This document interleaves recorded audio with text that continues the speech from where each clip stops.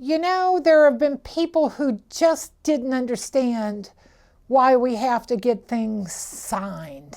One of those things that people would say was a buyer representation agreement. Oh, well, we just have an agreement, implied agency, or we've just done it verbally. So when we start talking about buyer representation, it makes us define to our clients what we're going to do for them. And oh, by the way, guess what else? What they're going to be expected to do for us. One of the things that goes over is compensation.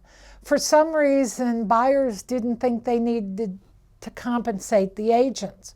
Well, they always have had to compensate us. They have to give the seller enough money that the seller's willing to come back and give their agent, the buyer agent, compensation. So when we get this signed, this is where we're telling everybody, here's how we're going to do this job, and here's what I'm going to do. I'm going to go to the seller and say, if we make an offer that they think is appropriate, then they're going to pay me, or they're going to pay the buyer so the buyer can pay me. A lot of times people don't want to sign these, and we just have to learn to tell people, what's the benefit of having this signed? One of the things, what you're going to learn from this is, if you don't have it signed, you shouldn't be helping the buyer. You should be turning around and actually helping the seller.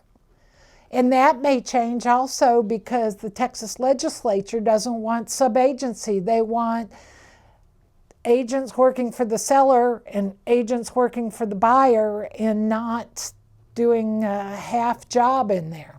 So what are we going to come away with? We're going to figure out how to explain this to the public. We're going to explain how to explain our compensation, and we're going to explain to them why they want it signed.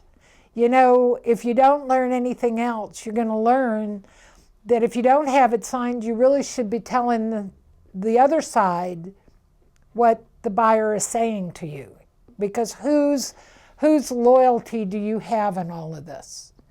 You need to make sure that you are comfortable with talking about agency and who you actually work for and what you owe them.